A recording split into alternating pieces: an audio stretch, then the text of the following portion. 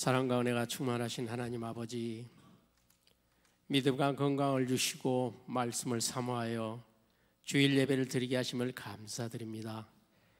그러나 한 주간의 삶을 돌이켜보면 육신의 정욕을 따라 살았음을 회개하오니 이 시간 용서하여 주시옵소서. 하나님 아버지, 이 나라 이 민족을 불쌍히 여기사 주님 앞에 바로 서게 하시고 안전하고 풍성한 나라를 이끌어 선교대국이 되게 하시며 우리 교회가 앞장서게 하시옵소서. 하나님 아버지, 수능을 앞둔 학생들에게 주님의 권능으로 지혜와 건강을 주시어 준비한 실력을 충분히 발휘할 수 있도록 인도하여 주시옵소서. 하나님 아버지, 강남과 대한민국을 넘어 세계를 향해 복음 들고 나아가시는 최백락 담임 목사님을 영육간에 강건하게 붙들어 주시옵소서. 이 시간 말씀을 선포하실 때 우리의 심령이 깨끗한 질그릇이 되어 선포되는 말씀을 온전히 받아 지치고 상처받은 영혼이 회복되고 질병이 치유되는 역사가 일어나게 하옵소서.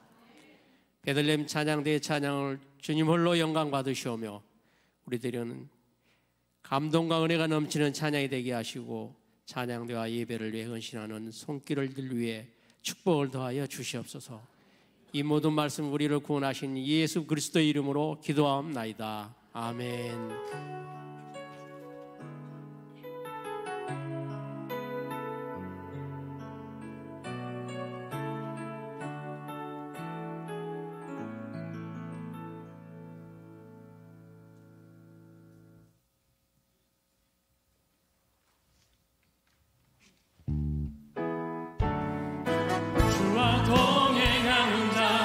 주를 기뻐하는 자, 주만 경외하는 자,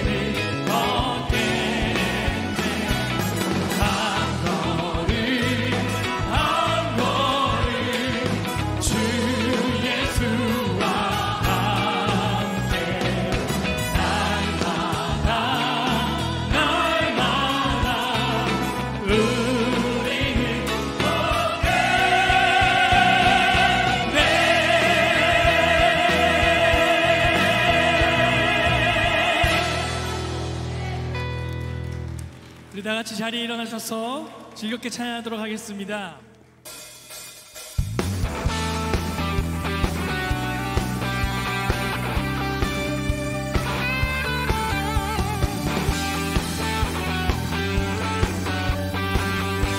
주 신실하심 놀라워, 주 신실하심 놀라워, 죄인의 마음을 흔들며 자비의 물가로 인도하시니 그 무엇도 끊지 못해. 주여 기억하소서, 주여 기억하소서, 주 백성 자녀들 신실한 주님의 약속. 주님의 은혜, 주님의 은혜 내게 넘치네. 나를 향한 주님의 은혜, 주님의 은혜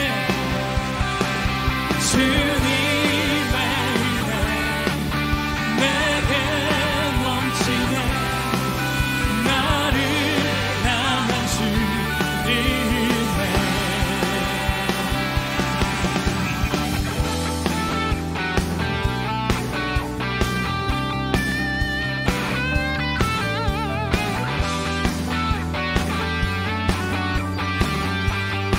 공의와 사랑 놀라워, 공의와 사랑 놀라워,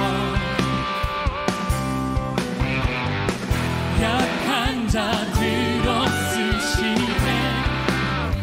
구원의 노래로, 구원의 노래로 인도하시니 만 백성 함께 찬양해. 주여 기억하소서, 주여 기억하소서, 주 백성 자녀들 신실한 주님의 약속. 주여 기억하소서, 주여 기억하소서, 주 백성 자녀들 신실한 주님의 약속. 주님의 은혜 내게 넘치네. 나를 향한 주님의 은혜, 주님의 은혜 내게 넘치네. 나를 향한 주님. 우리 한 번 더 고백합니다. 주님의 은혜, 주님의 은혜 내게 넘치네. 나를 향한 주님의. 우리 박수로 찬양하겠습니다.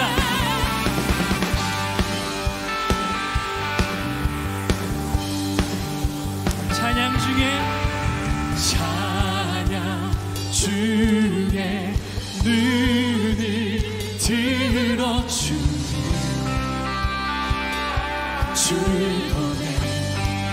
소망 중에, 소망 중에 마음을 다해 주마. 나 바라네. 주님을 볼 때 나에게 힘주시네. 주님 안에 모든 두려움 호산나, 호산나, 호산나. 구원의 주 하나님 찬양 받으시주. 호산나, 호산나, 호산나. 내 안에 임하셔서 주님의 뜻 이루소서.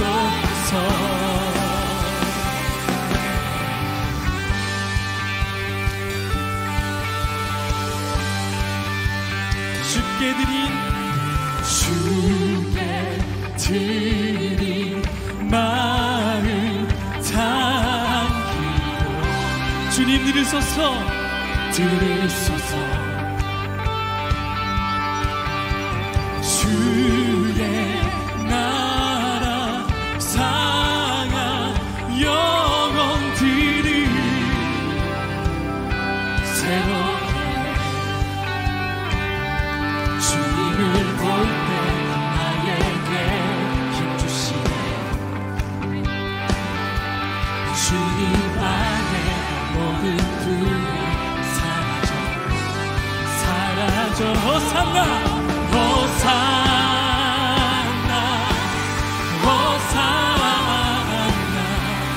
구원의 주 하나님 찬양받으실 주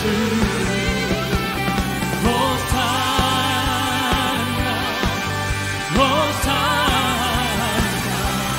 내 안에 임하셔서 주님의 뜻이 주님을 볼 때 나에게 힘주시네. 주님 안에 모든 두려움 사라져 주님을 볼 때 나에게 힘주시네. 아멘. 주님 안에 모든 두려움 사라져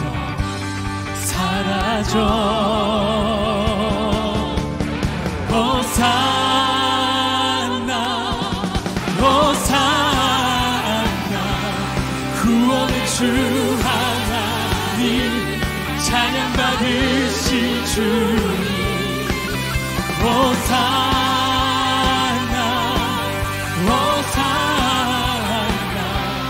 내 안에 임하셔서 주님의 뜻이 호산나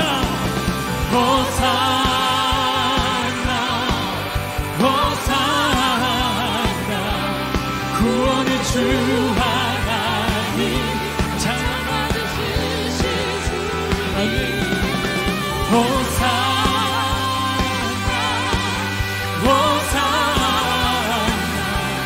내 안에 임하셔서 주님의 뜻 이루소서. 할렐루야.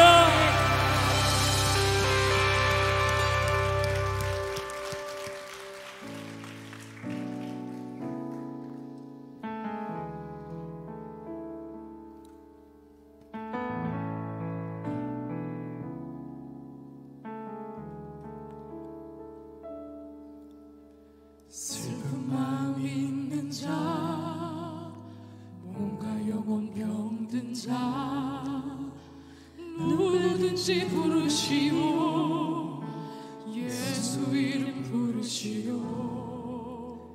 그 이름을 믿는 자 그 이름을 부르는 자 그가 어떤 사람이든 그는 구원 얻으리.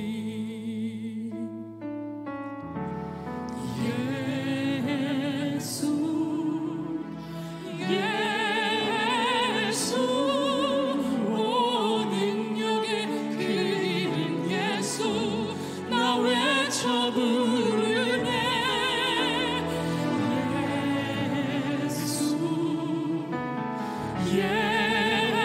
예수 오 구원의 그 이름 예수 나 외쳐 부르네. 예수 그리스도.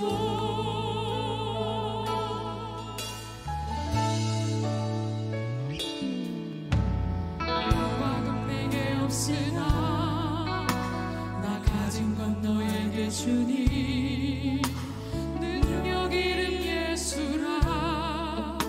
그 이름을 붙드시오. 그 이름을 믿는 자 그 이름을 외치는 자 그 어떤 사람이든 그는 주의 영광 보리라.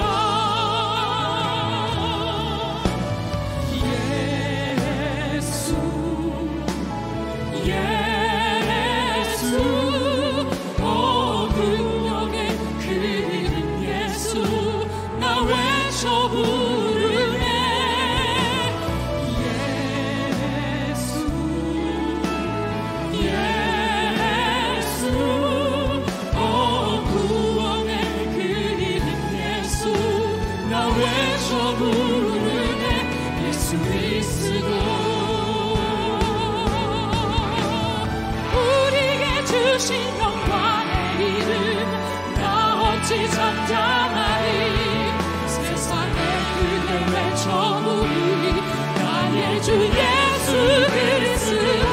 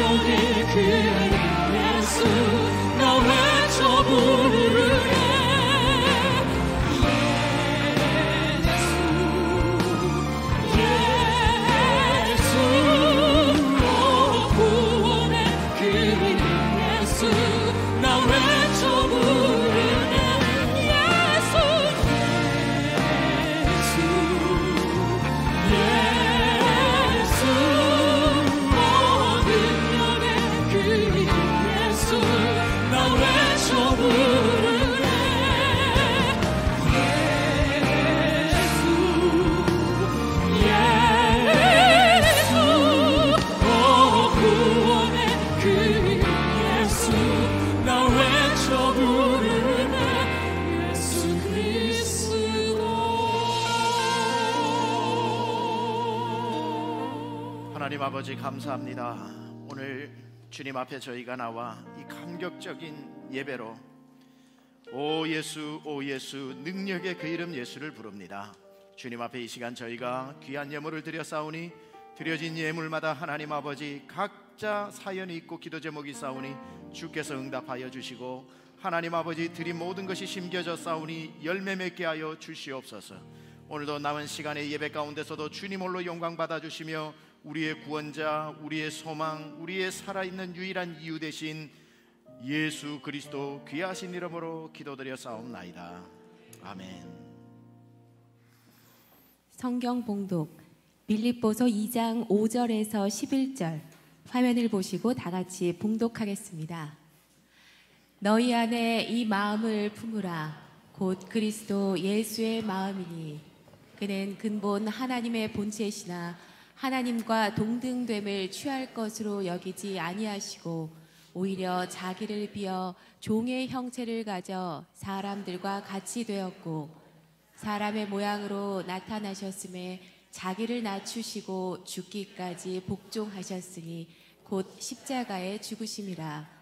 이러므로 하나님이 그를 지극히 높여 모든 이름 위에 뛰어난 이름을 주사 하늘에 있는 자들과 땅에 있는 자들과 땅 아래에 있는 자들로 모든 무릎을 예수의 이름에 꿇게 하시고 모든 입으로 예수 그리스도를 주라 시인하여 하나님 아버지께 영광을 돌리게 하셨느니라. 아멘. 아멘. 야, 우리 환희를 이렇게 안으니까 아주 알차게 키웠어요. 왼손이 막 떨리는 것 같아 지금도. 예수 마음 내 마음 제목으로 우리 빌립보서 강의 말씀 전하겠습니다. 여러분 지난주에 제가 말씀을 전할 때에 화평한 교회의 특징이 있다 그랬는데 기억하시리라 생각합니다. 화평한 교회의 특징은 성도의 마음이 한 마음이다 그렇게 얘기를 했고요. 그 한 마음이라고 하는 것은 1절에 나오는 것처럼 너희가 사랑의 권면이나 무슨 위로가 있거든 형제의 마음을 헤아려서 그 마음을 공감해라 그렇게 얘기를 나누었습니다. 따라서 한 마음 되는 것은 공감 능력이다 말씀을 드렸고요. 내 형제가 슬픈데 왜 슬프냐 이렇게 하는 게 아니라 함께 슬픔을 나누는 거, 그게 한 마음.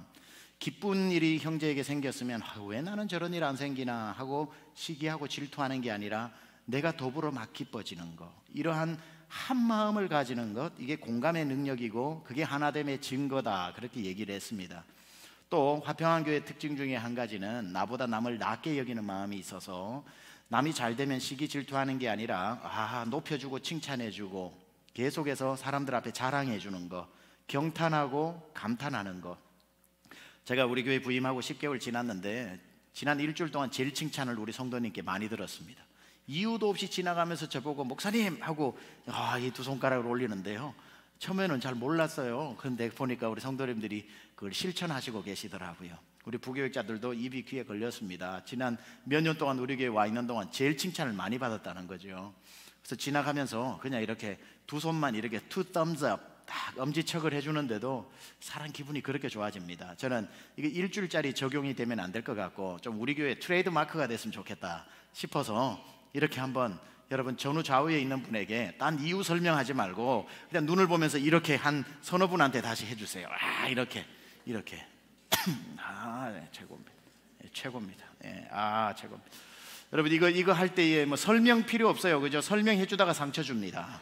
그래서 왜 최고냐면 해서 설명해 주는 게 별로 안 최고고, 그렇게 되면 하다가 상처 받으니까 말은 줄이고 그냥 이것만 해주면 다 알아들으니까 여러분들이 이걸 열심히 서로 격려해 주어서 우리 교회 오면은 누가 와도 스타가 되고 누가 와도 중심이 되고 누가 와도 자존감이 회복되고 좀 그런 교회가 되었으면 좋겠다 하는 마음이 듭니다. 그래서 한 마음 되는 거, 네 마음도 없고 내 마음도 없고 너 마음이 내 마음이고 내 마음이 너 마음이고 하는 마음이 하나가 되는 거, 이게 바울이 빌립보 교회에게 주었던 화평한 교회를 이루기 위해서 마음을 하나로 묶으라는 겁니다. 자, 그런데 오늘 본문에서는 이 마음을 하나 더 높은 수준으로 끌어올립니다. 업그레이드라고 그러죠.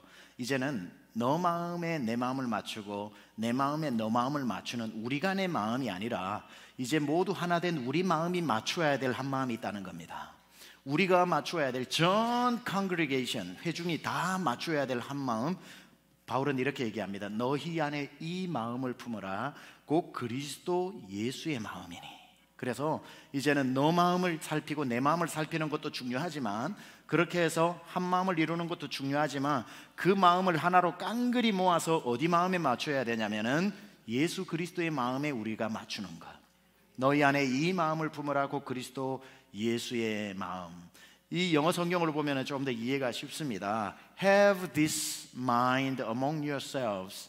이 마음을 여러분 가운데 가지십시오. Have this mind among yourselves. 콤마 찍고 which is, 이거는 계속 서술형이죠. Which is fitting in Christ Jesus. 여기에서 which is fitting, 이게 어디에 딱 들어맞는다, 피팅한다.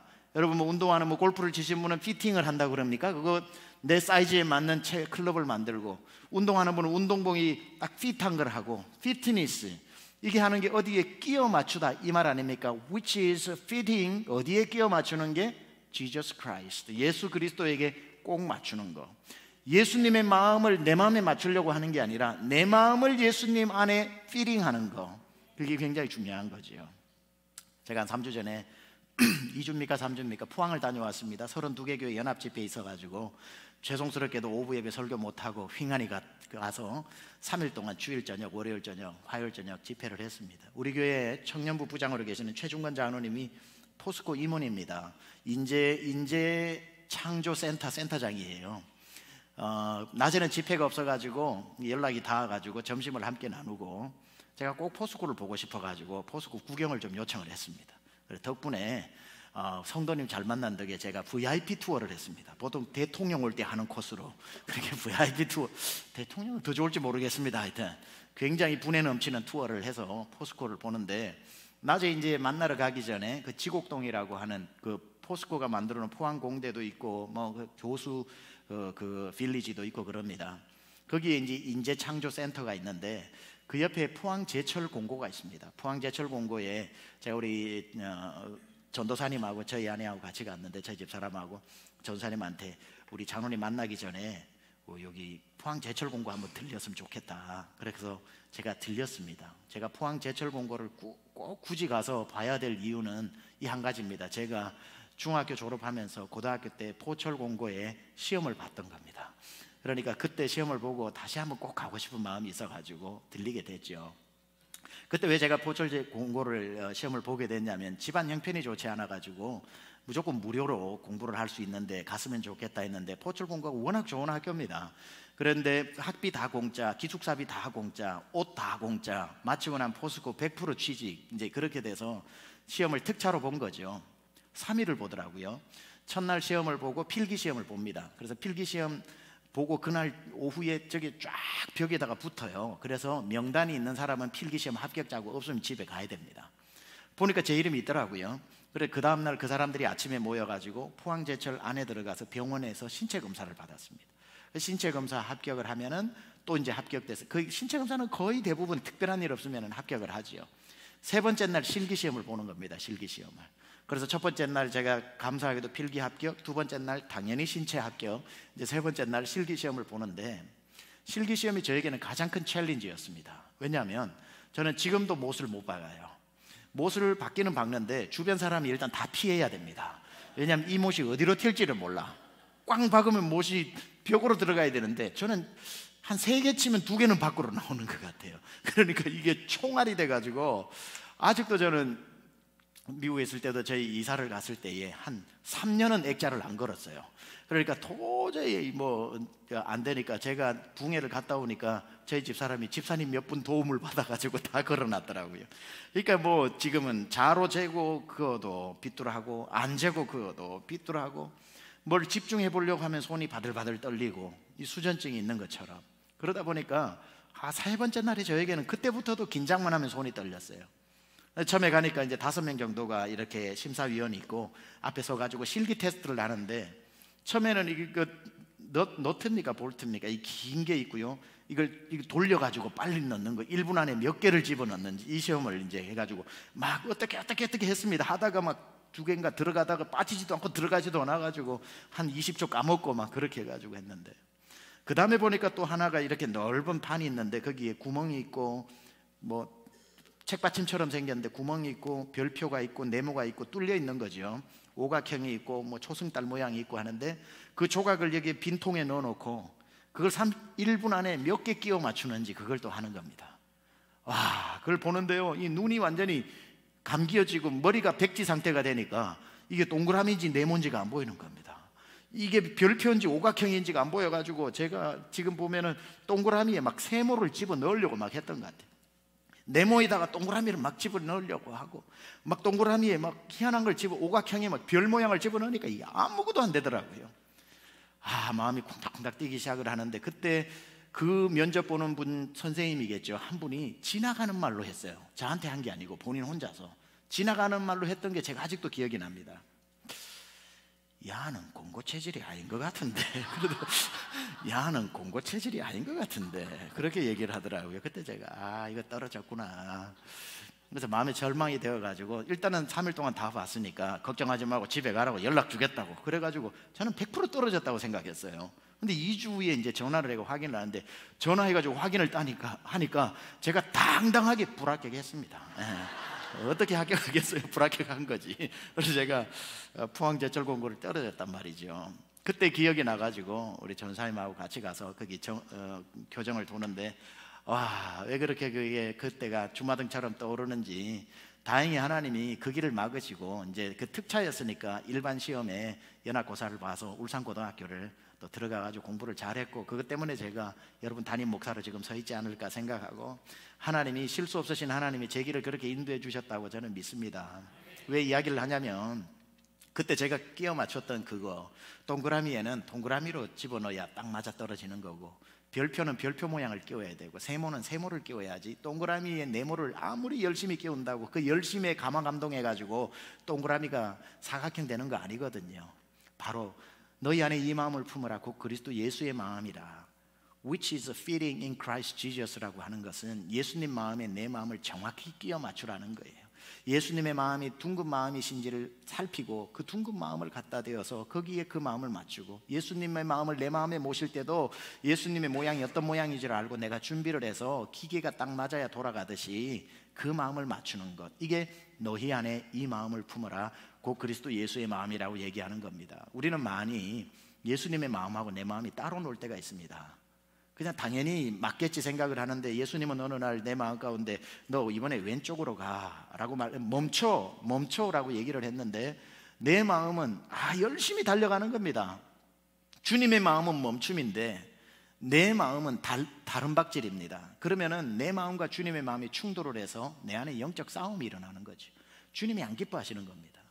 어느 날 주님이 너 이번에는 왼쪽이다 라고 말씀을 하셨는데 그건 듣지 않고 우리는 오른쪽 되게 해달라고 40일 금식하고 있는 겁니다. 여러분 40일 금식한다고 그 마음이 바뀌지가 않죠.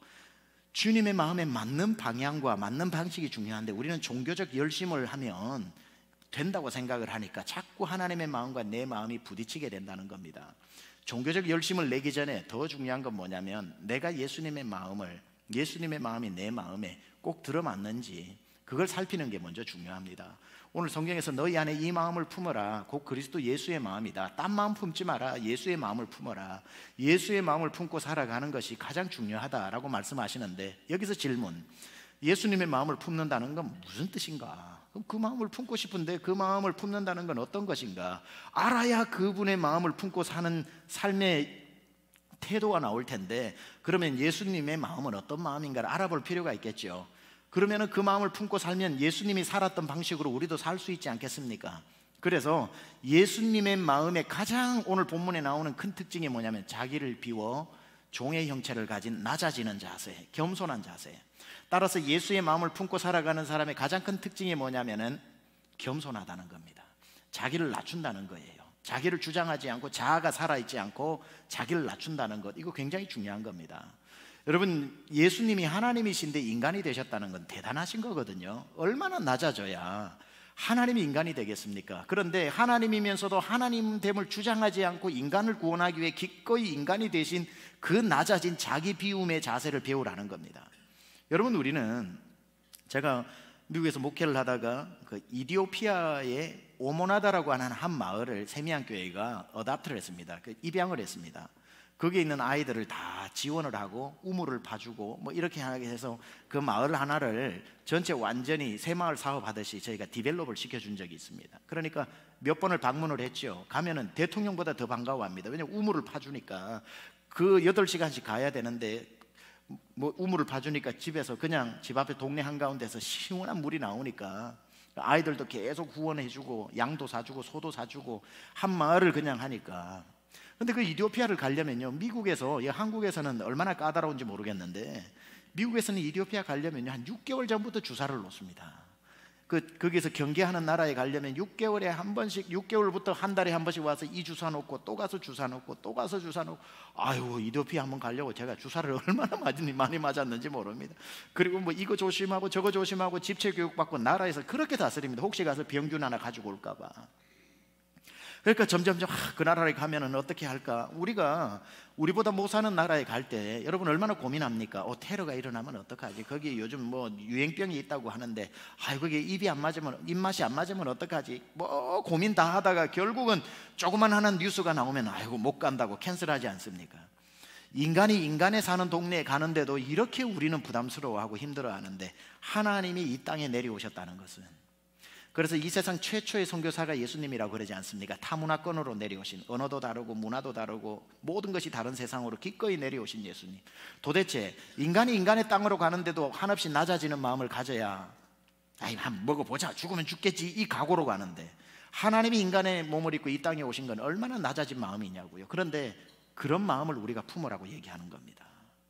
그냥 하나님이 인간 체험하러 내려오신 거 아닙니다. 왕이 서민들이 어떻게 사나 싶어서 남모르게 서민 옷 입고 동네 한 바퀴 도는 서민 체험하러 내려오신 게 아니라, 우리 하나님께서, 예수님께서 인간의 옷을 입고 잠시 오셨는데 겉모양은 인간, 속은 100% 신이 아닙니다. 그렇게 위장해서 인생 체험하러 오신 게 아니라 우리를 깜짝 놀라게 하는 것은 그분이 인간이 되셨다는 겁니다. 인간의 모양으로 흉내낸 게 아니라 아예 인간이 되어버리셨다는 겁니다. 인간이 된 것뿐이 아니라 인간 중에서 제일 낮은 인간이 뭡니까?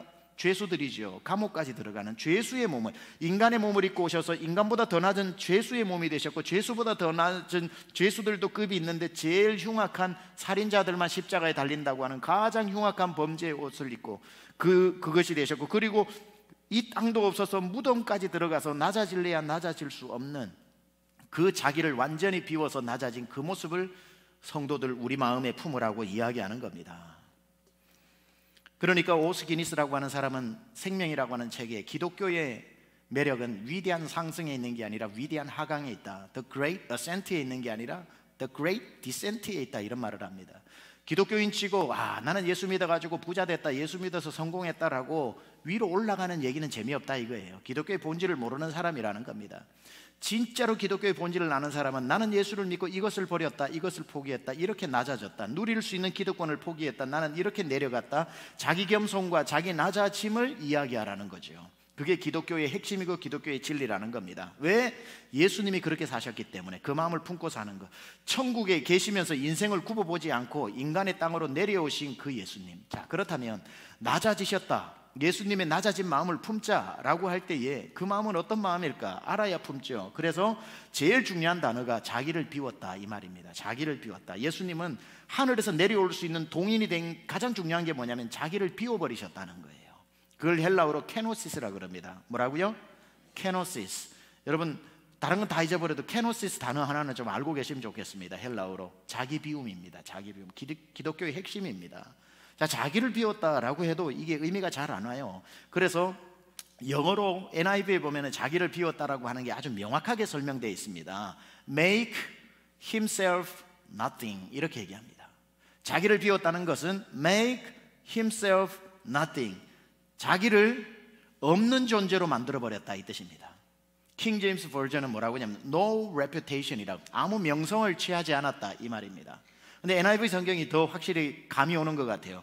Make himself nothing, 자기를 비웠다는 건 바로 이건 겁니다. 내 존재를 숨겨버렸다. 내 존재를 없는 것으로 취급했다. 자, 만약에 성부, 성자, 성령 하나님 중에 이 땅에 누군가 한 분은 내려오셔가지고 구원을 이루셔야 된다면 서로 싸우다가 경쟁에 밀려서 예수님이 지는 바람에 내려오신 게 아니라, 예수님은 하나님이심에도 불구하고, 완전한 하나님이심에도 불구하고 어떻게 예수님이 내려오실 수 있었냐면은 하나님과 대결하지 않고 make himself nothing, 자기를 완전히 비워서 나는 아무것도 아닌 존재라고 스스로 취하시고, 그러고 난 뒤에 우리 인간을 구원하기 위해서 억지로 경쟁에서 밀려서 구원자로 역할을 하기 위해 내려오신 게 아니라 자발적으로 기쁨으로 기꺼이 우리를 위해서 직접 자원해서 내려오신 분이시다. 따라서 우리가 예수님의 마음을 품는다는 것은 이 마음입니다. Make myself nothing, 내 자신을 없는 존재로 여기는 것. 자, 예수님은 이 땅에 오셔가지고 철저하게 He made himself nothing, 자기 자신을 완전히 없애버렸습니다. 오로지 누구만 드러냈어요? 하나님 아버지만 드러냈습니다. 그죠? 그게 바로 자기를 비우는 아주 그 정확한 태도라는 거예요.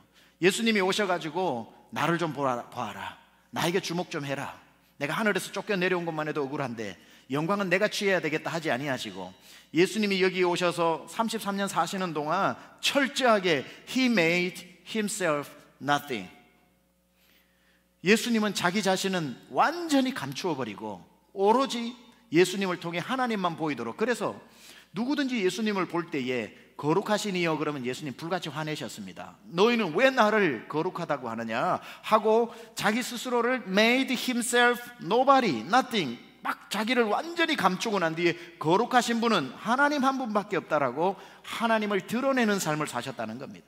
누가복음 16장 18절에도 나오죠. 18장 19절에도 나오죠. 어떤 사람이 선생이여, 선하신 선생님이여 얘기하니까 예수님이 갑자기 득달같이 뭐라고 말씀하십니까? 예수께서 이르시되 네가 어찌해서 나를 선하다고 하느냐, 하나님 한 분 외에는 선한 이가 없느니라. 자, 이 말을 우리 잘못 해석하면 예수님은 안 선하시다 이 뜻 아니죠. 예수님도 선하시고 성부 하나님도 선하시지만 예수님은 He made himself nothing, 나는 없는 존재고 오직 나를 통해 하나님만 보여지기를 원하는 그 삶의 자세, 그 마음을 어떻게 하라고요? 우리 보고 품으라는 겁니다. 따라서 예수님의 마음을 품은 사람은 어떻게 사냐면 I made myself nothing, 나는 내 자신을 숨겨버리고 내 자신의 명성을 취하지 않고 내가 주목받지 않고 내가 박수받지 않고 내가 칭찬받지 않고 사람들이 볼 때 내가 보이지 않고 하나님만 보이도록 예수님만 높여드리도록 사는, 그것이 바로 예수님이 하나님을 높인 것처럼 나는 내 삶을 통해 예수님만 높이는 삶을 살아가는 것, 이게 바로 예수의 마음을 품고 살아가는 사람의 삶의 자세라는 겁니다. 그래서 내 존재를 자꾸 알아달라고 하고 내 존재가 얼마나 대단한지를 알리려고 하지 말고 네 자신을 겸손히 무대 뒤로 숨기고 오로지 하나님 한 분만 드러나도록 하게 사는 것, 예수님이 온통 그렇게 사셨고 우리도 그렇게 살아야 한다는 것. 여러분, 이 삼위일체라고 하는 것은 원래 영어의 트리니티인데요, 트리니티는 try라고 하는 TRI, 세 개라는 뜻이죠. 유니티라고 하는 하나라고 하는 뜻이 합성되어진 사전에 안 나왔던 단어입니다. 트리니티입니다. 세 개가 하나고 하나가 세 개인.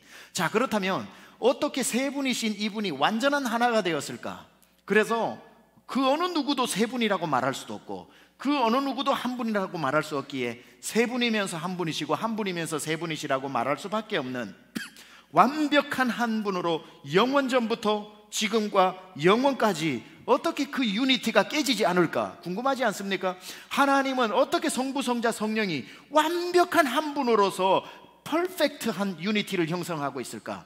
그 많은 의미들이 있지만, 제가 달라스 신학교 사우스웨스턴 졸업하고 달라스 신학교에서 공부를 할 때 미국에서 이 삼위일체로 가장 유명한 교수 중에 한 명인 닥터 번즈라고 하는 분이 있습니다. 이 닥터 번즈라고 하는 분에게 제가 한 학기 동안 이걸 배웠어요. 이걸 배웠는데 그분은 삼위일체 가장 중요한 것을 펠로십으로 봅니다. 그래서 성부, 성자, 성령 하나님이 완전히 하나가 되게 만드는 것은 펠로십인데, 이 펠로십의 뜻이 뭐냐면 그 누구도 스스로 자기 영광을 취하지 않고 좋은 일이 있으면은 그 두 분에게 영광을 돌려 칭찬하고 드러내 주시는 것. 자, 이겁니다. 성부 하나님은 자기 자신을 인간 세상에서 위대한 하나님이라고 드러내지 않고 이 세상에 성자를 보내어 성자를 칭송하셨고, 성령을 보내어 성령께서 이 세상을 다스리게 하시는 성부 하나님은 성자를 드러내고 성령을 드러내셨죠. 그러면은 이 땅에 오신 성자이신 예수님은 이제 내가 주인공이다 하지 않고 이 땅에 오셔서 온통 하신 일이 성부 하나님만 거룩하시다고 성부를 드러내셨고, 나중에 승천하시기 직전에는 성령을 보내줄 테니 성령이 오시면 내가 너희들과 함께 있는 것보다 더 너희에게 유익하리라고 성령님을 더 높여주셨고, 이제 성령님이 오시고 난 뒤에는 이제 성령의 시대니까 내 시대야, 나만 바라봐 라고 하신 게 아니라 성령님이 오셔서 하신 일은 성자 예수님을 높여주시고 성부 하나님을 높여주셨던 거죠. 그래서 성령님이 내 안에 들어오셔가지고 고백을 하는데, 성령님이 내 안에 계시면서 성령님이 고백해 하면은 상식적으로는 성령님 고마워요 하고 성령님이 자기를 드러내셔야 되는데, 성령님이 내 안에서 고백했는데 입에 나올 때는 뭐라고 항상 고백이 나와요? 예수님 사랑해요 라고 나오게 하는 거죠. 성령님이 예수님을 드러내시는 겁니다. 따라서 성부 하나님은 성자 성령을 높여주셨고, 성자 예수님은 성부 성령을 높여주셨고, 성령 하나님은 성부 성자를 높여주시기 때문에 그분 중에 아무도 자기 영광으로 취하지 않고 서로를 높여주시는 이것 때문에 완전한 하나를 영원토록 이룰 수 있었다는 겁니다. 따라서 이 마음을 이 하나됨을 너희 안에 품으라 라고 얘기하는 겁니다. 따라서 나를 감추고 남을 높여주라는 거예요. 나를 감추고 예수님을 드러내라는 겁니다. 그럴 때에 그 사람이 예수님의 마음을 품은 사람이 될 수 있다는 겁니다. 어느 공동체든지 남을 높이면 하나가 되는 것이고, 내 칭찬을 내가 받아야 되면은 그 공동체는 신속하게 깨어지고, 내가 받아야 될 칭찬이 마땅히 돌아오지 않을 때는 불같이 화가 나는 것이고, 그리고 분노하게 되는 것이고, 그런 일이 일어나는 겁니다. 오늘날 모든 성도들과 목회자들이 함께 배워야 될 마음은 예수 그리스도의 마음인데, 그 마음은 어떤 마음이냐면 자기를 겸손히 비우는 마음. 못 알아줘도, 안 알아줘도, 덜 알아줘도, 나에게 돌아와야 될 박수가 엉뚱하게 딴 사람에게 박수가 가도 조금 기분은 나쁘겠지만, 마음은 서운하지만, 그래도 사람인지라 서운하지도 않으면 그게 로봇이지 사람입니까? 서운하지만 그래도 이길 수 있는 마음, 극복할 수 있는 마음. 한참 고민하다가 밤 한숨 자고 난 뒤에, 그래 뭐 내가 박수 안 받아서 서운하지만 내가 이 마음 가지고 넘어지겠냐? 예수님의 마음을 품었는데, 예수님은 채찍 맞고도 괜찮으셨다고 했는데, 그 제자들에게 배신당하고도 예수님 또 참으셨는데, 예수를 깊이 생각함으로 다시 일어나는 거, 그게 예수님의 마음을 가지고 사는 사람입니다. 그냥 아플 때 생각하는 거예요. 예수님이 배신당할 때 이렇게 억울하셨을까? 예수님 뺨 맞으실 때 이렇게 아프셨을까? 예수님 십자가에 달리셨을 때 이렇게 고통스러웠을까? 히브리서 3장 1절에 나오는 것처럼 예수를 깊이 생각하는 마음, 그게 바로 예수의 마음을 품고 살아가는 겁니다. 왜 나를 몰라줘 하는 게 불끝 나도 모르게 올라오다가도 내 마음에 예수님의 마음을 품으면은, 예수님은 아무도 알아주지 않아도 그 십자가 지셨는데 하고 이길 수 있는 마음이 바로 예수의 마음이라는 겁니다. 자, 그렇다면 왜 우리를 낮아지게 만드실까? 자꾸 비우게 만드실까? 어떨 때 보면 하나님이 이해가 안 될 때 있습니다. 왜 하나님은 우리를 좀 가지면은 그렇게 그걸 싫어하실까? 더 비워라 그러고, 더 낮춰라 그러고, 아직 네가 너무 많이 가졌다 그러고, 아직 네가 정신 못 차렸다 그러고, 너는 없다 그러지만 내가 볼 때는 아직 너무 많다 그러시고, 왜 이렇게 내 걸 홀라당 가져가실까? 그런 의문이 안 드십니까? 때로는 여러분의 삶에 완전히 비워진 때가 있잖아요. 왜 비우실까? It's a paradox. 이거는 역설적인데요, 주님이 우리를 이토록 비우시는 목적 하나는 채우시기 위함입니다. 역설적이죠. 아니 그러려면 있는 거 뺏지를 말지. 아니요, 우리로 채운 것 말고 우리가 우리의 욕심으로 채운 건 다 걷어내고 하나님이 채우고 싶은 풍성함으로 채우고 싶기 때문에 헛된 것으로 채워진 걸 일단 비우도록 주님께서 강제로도 가져가시고, 그리고 난 뒤에 어떤 스스로도 비우게 하시고, 그래서 비워야만 채워지는 역사. 어떤 사람 그럽니다. 내 삶에 기적이 안 일어납니다. 예, 기적은 무시로 찾아오는 시간을 초월한 하나님의 역사이기 때문에 기적은 오늘 여러분의 삶에도 일어나지만, 성경 안에 좀 신기한 건요, 공통점이 있습니다. 하나님의 기적은 언제 많이 일어나냐면 완전히 비었을 때, 그때 하나님의 채우심의 역사가 시작됩니다. 한 가지 예를 들어볼까요? 열왕기상 17장에 엘리야라고 하는 사람이 나옵니다. 가뭄이 들었어요. 3년 반 동안. 짐승까지 배가 고플 때입니다. 엘리야가 얼마나 배가 고팠던지 어느 날 시돈 땅으로 갔는데 한 과부, 한 여인이 나와가지고 나뭇가지를 줍고 있습니다. 배가 고프니까 묻죠. 먹을 게 있습니까? 하니까 그 여인이 참 엘리야보다 사정이 더 기구하죠. 예, 나의 가루에 한 움큼의 가루가 있고 통에 가루가 있고 병에 기름 몇 방울이 있는데 그거 기름하고 섞어가지고 이 나무 가지고 불 때워가지고 오븐에 구워서 내 아들하고 나하고 먹고 이제 죽으려고 합니다. 그렇게 이야기를 합니다. 자, 그랬을 때에 엘리야면, 남자면 아이고 몰랐습니다, 죄송합니다, 사정이 그럴 줄 내가 모르고 물었습니다. 내가 뭐 할 거는 없고 나도 뭐 사정이 그러니까 축복 기도나 해드리지요 하고 그래야 되는데, 이 엘리야는 뭐라고 얘기합니까? 그것을 만들어 나로 먹이게 하라. 와, 참 잔인해도 너무 잔인하다, 그죠? 아, 그렇습니까 해야 되는데 그거 만들어 가지고 당신들 먹지 말고 그거 나한테 주시오. 그랬으면 또 이 여인도 좀 성질이 있으면은 그 얘기 듣고 화가 나가지고 줍던 막대기로 두들겨 패면서 재수 없다고 하라고 그래야 되는데, 또 얼마나 믿음이 좋던지 아멘 이럽니다. 그래가지고 그걸 또 열심히 만들어 가지고 그것을 주었는데, 정말 성경은 이 행간을 잘 읽어야 되거든요. 행간을 읽어야 되고요. 월트 브루그만이라고 하는 유명한 신학자가 성경을 읽을 때 예언자적 상상력을 발휘하라 이런 말도 했습니다. 제가 감히 예언자적 상상력을 풀어넣어 보건데 이 여인의 행동을 봤을 때에 그냥 가루가 있는 걸 쓱 해가지고 손으로 해가지고 만들고 나머지 자기들끼리 만들어 먹었지는 않았던 것 같아요. 기름도 대충 붓고 나머지 자기들끼리 만들 기름을 남겨놓은 것 같지는 않아요. 이 여인의 행동이 아마 그 가루에 남아있는, 통에 남아있는 가루가 다 나오도록 뒤집어 가지고 쾅쾅쾅 치면서까지 다 쏟아내어 가지고 반죽을 만들고, 기름병에도 혹시나 기름이 덜 나올까 봐 30분 전부터 거꾸로 뒤집어 놓고, 아마 그렇게 해가지고 반죽해서 하나도 몰래 떼놔가지고 아들 입에 야 일단 입어넣어, 어머 왜 일단 집어넣어, 그렇게 해놓고 나머지를 슬쩍 주는 게 아니라 틀림없이 100% 주었을 겁니다. 자, 완전히 까뒤집어가지고 탕탕 쳐서 그 통에 가루가 단 하나도 없는 그 상태를 뭐라고 그러냐면 케노시스라고 그럽니다. 아까 말했듯이 비움. 자, 거꾸로 해놓고 기름이 이제는 나올래야 단 한 방울도 없는 상태, 그 기름병을 케노시스라고 그럽니다. 완전히 비워진 가루통, 완전히 비워진 기름통, 이 케노시스의 완전한 단계에 내려가니까 엘리야가 그것을 먹고 난 뒤에 그 여인을 위해 기도해 주자 성경이 뭐라 기록합니까? 그 이후로 통에 가루가 떨어지지 않고 병에 기름이 마르지 아니하더라. 완전히 비워지는 그때에 완전히 채우시는 하나님의 기적이 시작된다는 겁니다. 우리는 삶에, 하나님 왜 나 삶에 채움의 기적이 없습니까? 왜 하나님 내 삶에 기적이 안 일어납니까? 그때 우리는 오늘 이 말씀을 가지고 한번 물어봐야 됩니다. 내가 완전히 비우기나 했나?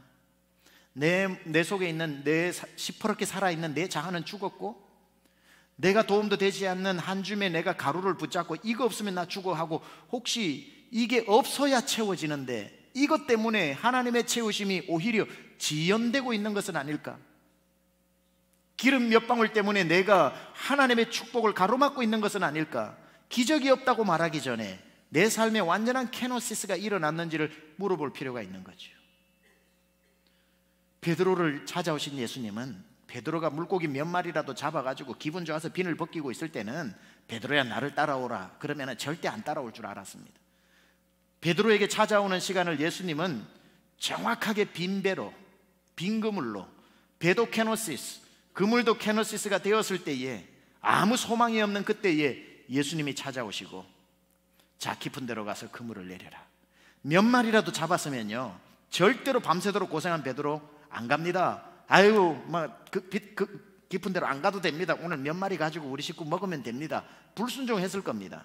그런데 순종을 이끌어낼 수 있었던 건 자기의 경험과 자기의 지식을 다 동원해서도 빈 그물, 그 배에 하나도 없는 캐노시스 때문에 선택의 여지가 없으니까 순종이라는 게 되어지고, 그리고 나아가서 그물을 내리니까 아까 방금 기어놓은 그물이 찢어질 정도로 올라오는 빈배가 만선이 되는 기적이 되는 겁니다. 완전히 비워지는 것은 절대로 비극이 아닙니다. 완전히 비워진다는 것은 무엇을 전제로 합니까? 이제 채울 일만 남았다는 겁니다. 바로 그러한 사건들, 가나의 혼인잔치에 포도주가 적당히 남아 있었으면, 물을 갖다 채우라 그랬을 때에 그 집에 있었던 사람 중에 물을 갖다 채울 사람 한 명도 없었습니다. 이 아까운 포도주 안 그래도 부족한데 이거 떠다 줘야 되는데 밑에 찰랑찰랑 거리고 있을지라도 찰랑찰랑 거리고 있는 거기에 물을 부을 수 있는 사람은 아무도 없습니다. 이거라도 사용해야지, 물까지 부어서 이것마저 못 사용할까 봐. 그러나 순종이 어디서부터 왔습니까? 보니까 한 방울도 남지 않은 그 돌 항아리 때문에 물을 갖다 부으라고 했을 때에 아무 미련 없이 물을 부을 수 있었던 겁니다. 그때의 그 물은 포도주가 되어지고, 그 어디에서도 만날 수 없었던 최고의 포도주가 마치 일주일 동안 이어지는 잔치가 3일 만에 잔치집이 초상집이 될 뻔했는데 예수님의 등장으로 말미암아 잔치는 더 큰 축제로 이어진 것, 완전히 비어졌을 때에 하나님의 채우심이 시작된다는 겁니다. 그런데 여러분, 이 완전히 비어지는 순간이 굉장히 중요한데요, 완전히 비어지는 순간 이 사르밧 과부, 이 베드로, 이 가나의 혼인잔치에 공통점이 있습니다. 완전히 비어지는 그때에 예수님이 등장하신다는 겁니다. 예수님이 등장하시고 예수님이 그 문제를 빈배에서 만선으로 바꾸어 주시는데, 다른 말로 해볼까요? 완전히 비워진 그때 뭐 하기 제일 좋은 때인 줄 아세요? 예수님 만나기 제일 좋은 때입니다. 사람이 가장 밑바닥으로 내려가면 그때 예수님을 만난단 말이죠. 안타까운 게 뭔 줄 아세요?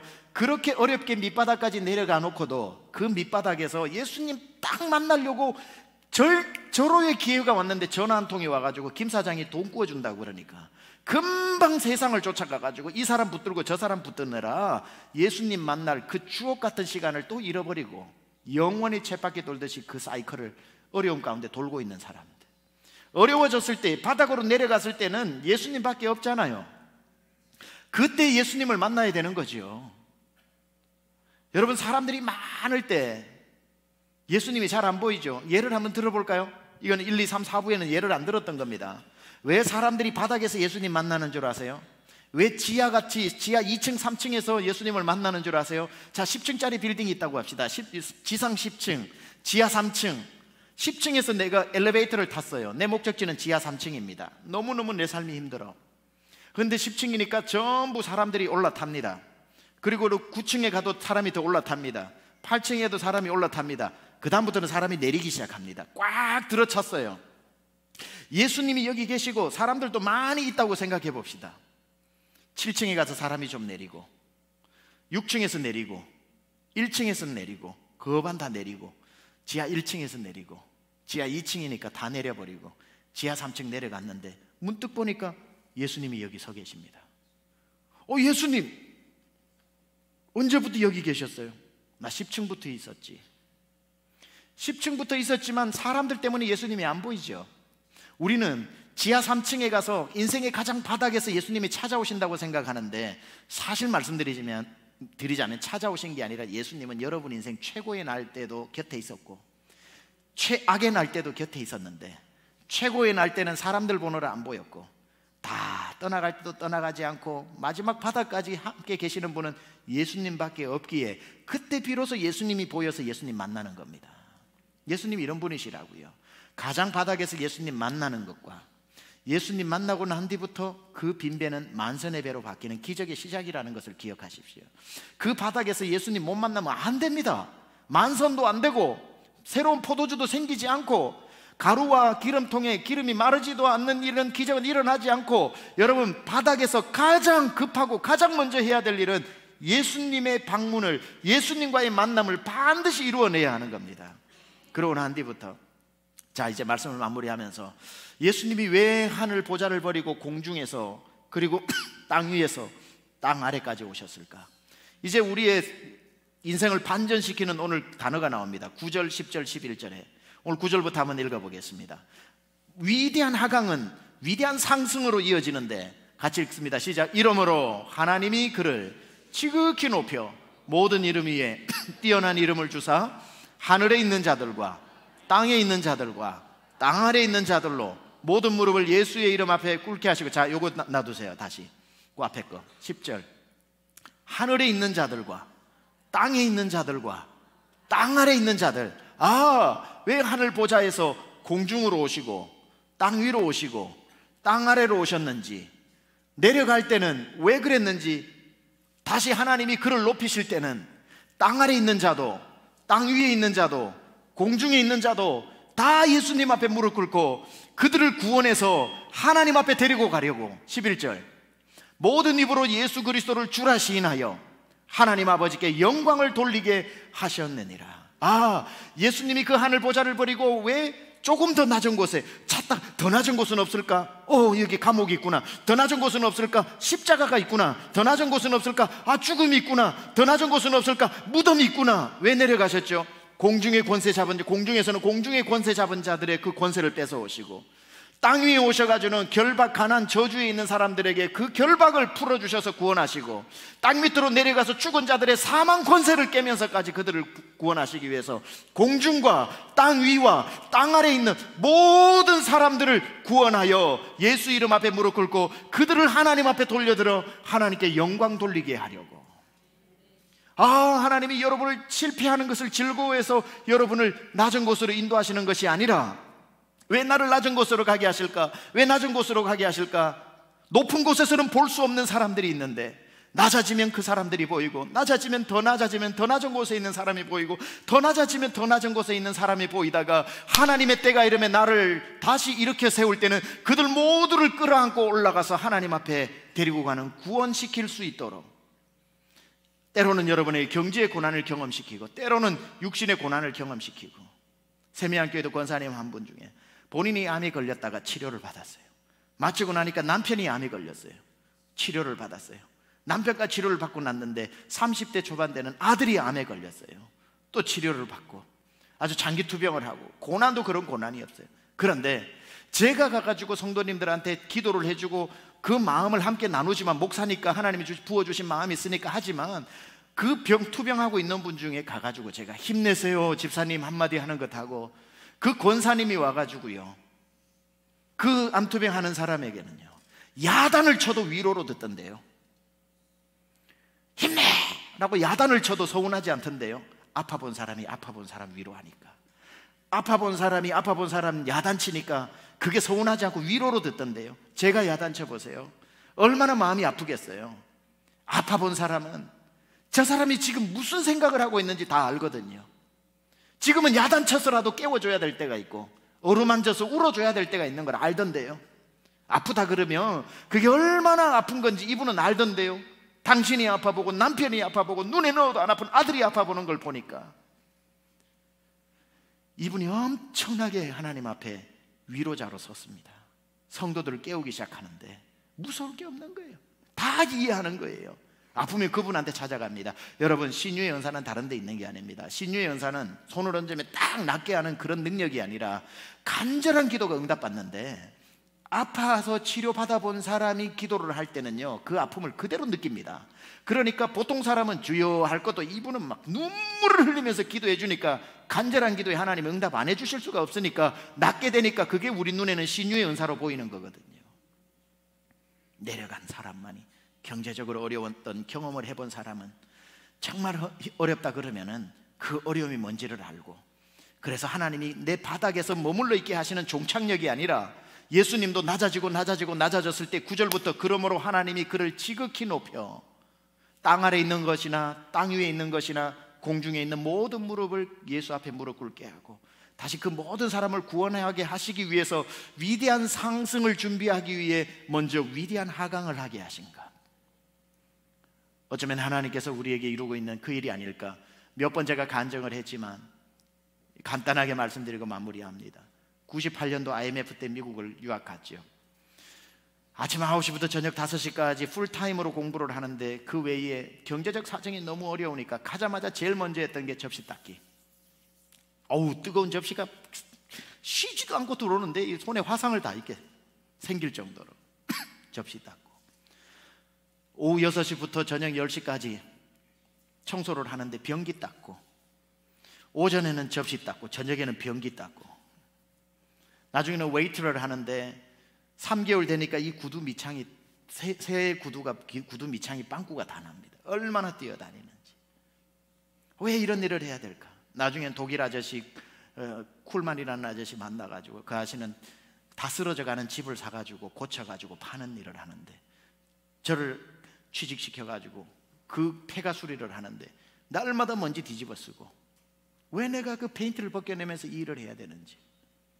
새벽 4시에 일어나가지고 흑인지역 우범지대에 도너스를 봉고차에 실어가지고 주유소 20군데 배달을 해야 되는데 어제 거 찾아오고 오늘 거 새로 갖다 주고, 그럼 주유소에서 그걸 파는 겁니다. 그 우범지대 때 총알이 핑핑 날아가니까 털썩털썩 주저앉으면서 나중에는 군복 입고 출근해야 되고, 빨리 가서 바꾸고 잔돈 바꾸고 난 뒤에 차에 올라타면은 등에 땀이 나면서 살았다 매일 아침 살았다 이 고백을 하고 돌아와가지고 학교를 가야 하는지 이해하지 못했습니다. 왜 이런 일들을 많이 하나님께서 시키시는지. 목회를 시키시더라고요. 목회를 하다가 초반에도 몰랐어요. 교회가 어느 정도 좀 커지면서 보다가 제가 깜짝 놀랐습니다. 모든 성도들이 제가 경험했던 그 일을 지금도 하고 있는 분들이더라고요. 청소하는 성도, 도너스 만드는 성도, 유학 와 있는 유학생 마음 이해하고, 도너스 하는 사람 이해하고, 청소하는 사람 이해하고, 접시 닦는 사람 이해하고, 하나님께서 이 성도들을 품으라고, 성도들을 섬기라고 그 경험들을 하나님께서 힘에 지나도록 시키셨구나. 나는 하나님이 나를 버리신 줄로 생각을 하고 그냥 하나님이 그냥 너 그렇게 살다가 그냥 가라고 하실 줄 알았는데 하나님께서 이분들의 삶을 경험시키셨구나. 세미한교회 그냥 우연히 부흥한 거 아니라고 생각합니다. 가장 큰 대형교회가 되었던 것도 그런 경험들을 통해서 성도의 마음을 읽을 수 있는 그러한 마음을 억지로라도 저에게 경험시켰기 때문에 낮아짐은 그냥 낮아짐이 아니구나. 예수님의 낮아짐은 바로 땅 아래 있는 사람도 구원하고, 그러기 위해 땅 밑에까지 내려가신 거고, 땅 위에 있는 사람도 구원하기 위해 지상에서 33년 사셨고, 공중의 권세까지도 하나님의 이름으로 되돌리면서 모든 무릎을 예수의 이름 앞에 무릎 꿇기 위해서 위대한 하강을 하신 것처럼 오늘 여러분의 만의 삶에 오늘 빈배와 같은 그러한 마음으로 이곳에 오신 분이 있다면, 통장의 잔고가 다 비어버린 사르밧 과부 같은 마음으로 오셨다면, 유명한 내 삶의 축제의 잔치집이 초상집 비슷하게 내 삶이 지금 기울고 있다면, 여러분 오늘 이때 예수님의 마음을 품으십시오. 찾아오실 절호의 타이밍입니다. 예수님을 모시고 나면 그때부터 빈배는 만선이 되어지고 위대한 하강은 종착역에 다다르고 다시 반등되어져서 위대한 상승으로 이어질 것입니다. 주님이 오늘 여러분과 함께 하시기를 축원합니다. 우리 찬양팀 올라오셔서 우리 찬양하고 기도하고 마치겠습니다. 주여, 우린 연약합니다. 우린 오늘을 힘겨워합니다. 맞습니다. 주 뜻 이루며 살기엔 부족합니다. 우린 연약합니다. 저는 이 찬양을 굉장히 좋아합니다. 주여, 우린 넘어집니다. 오늘 하루도 또 실수합니다. 주님의 긍휼을 구하는 죄인입니다. 그래서 주님만 바라봅니다. 문득 눈을 들고 보니 하나님의 은혜가 온 세상에서 다 사라져버린 줄 알았는데 여전히 하나님의 은혜는 한없는 주의 은혜가 온 세상에 넘칩니다. 가릴래야 가릴 수 없을 만큼 주님의 영광이 온 땅에 충만합니다. 그런데 왜 그 많은 은혜가 한 방울도 내 안으로 흘러 들어오지 않을까?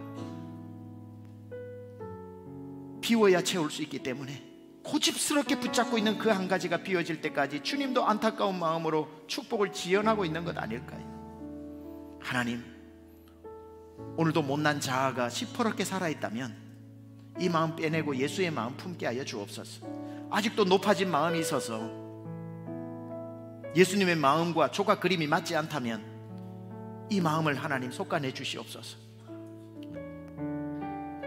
아직도 내 가루의 통이, 내 병의 기름이 도움도 되지 않는 조그만한 그것을 혹시나 이거 없어지면 끝날까봐 붙잡고 있느라 기름도 가루도 떨어지지 않을 만큼 복을 주실 하나님의 그 복이 지연되고 있는 것은 아닌지, 케노시스, 나를 완전히 비우는 그러한 시간 되게 하여 주옵소서. 그런 마음으로 찬양합니다. 주여 우린 연약합니다. 우린 오늘을 힘겨워합니다. 주 뜻 이루며 살기에 부족합니다. 우린 연약합니다. 주여 우린 넘어집니다. 주여 우린 넘어집니다. 오늘 하루 또 실수합니다. 주의 긍휼을 구하는 죄인입니다. 주만 바라봅니다. 우리 일어나 찬양합시다. 한없는 주님의 은혜, 하나님의 은혜는 지금도 충분합니다. 온 세상 위에 넘칩니다. 가릴 수 없는 주여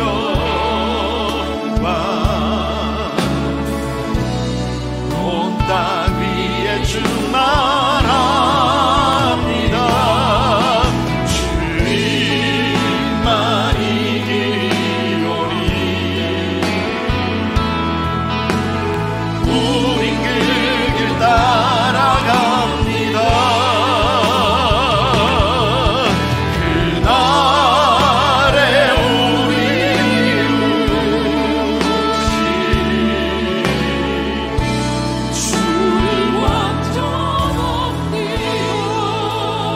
여러분, 이 시간 우리 한번 기도합시다. 기도하실 때 이것만 기억하세요. 나는 부족해도 주는 완전하다는 사실. 내가 방향 없이 향방 없이 걸어가고 있는 것 같아도 주님은 계획을 두고 끝끝내 그날에 나에게 작정하신 그 일을 이루실 것이라는 것, 그날에 나를 이루실 그분은 주님이신데 그분이 완전하시다는 사실. 낮아지는 것으로 끝나는 것이 아니라 비워지고 케노시스가 되고 내 기름통에 기름이었고 가루에 가루가 떨어져도 그때가 바로 기적이 시작되는 순간이라고, 주님이 그 잔치집 마당으로 들어오는 시간이라고. 주님을 모신 인생은 다시 채워지며 빈배는 만선이 되고 축제는 더 큰 축제가 되고 기름통에는 기름이 넘쳐나는 것이라고. 주여 하나님 아버지, 오늘도 내 안에 비워야 할 것을 비우게 하여 주셔서 주님으로 채우게 하여 주시옵소서. 주여 한번 부르고 기도합니다. 주여 하나님 아버지, 오늘 주님 앞에 우리가 다시 한번 채우게 하여 주시옵소서. 하나님 아버지, 온전히 주님의 것으로 채우게 하여 주시옵소서. 마땅히 비워야 할 것을 비우게 하시고 주님이 내 인생에 하나님 아버지 찾아오실 때까지 비어버린 포도주, 하나님 말라버린 기름병, 하나님 아버지 튀어있는 빈배에 케노시스에 하나님의 채우심, 예수 그리스도의 역사가 일어나게 하여 주시옵소서. 주님은 완전하시고 주님은 나를 만들어가고 계시고 그날에 나를 이루실 주님은 완전하심을 고백합니다.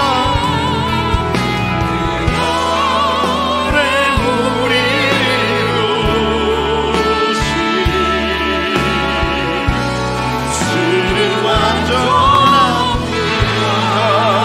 주님만이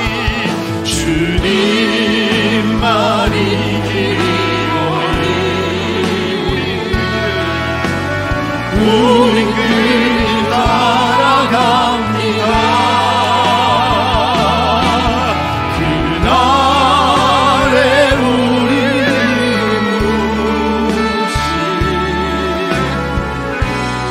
주님 완전합니다.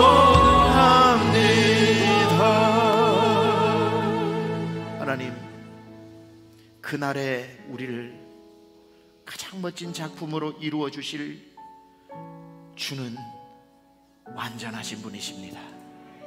나를 바라보지 말고 주를 바라보게 하소서. 오늘 이 은혜 받은 말씀 가지고 예수 마음에 꼭 예수님 마음에 맞는 마음 가지고 살게 하여 주옵소서. 이제는 우리 주 예수 그리스도의 은혜와 하나님 아버지의 놀라우신 사랑하심과 성령님의 감화감동 내주 역사하심이 평생 내 마음이 아닌 예수님의 마음을 가지고 살며 비워질 때 좌절하지 말고 채워주실 것을 기대하며 예수 그리스도를 내 마음 가장 깊은 곳에 모시며 살기로 결단하고 다짐하고 은혜 받고 돌아가는 사랑하는 심령들 머리머리 위에 지금부터 영원토록 함께 하옵시기를 간절히 축원하옵나이다. 아멘.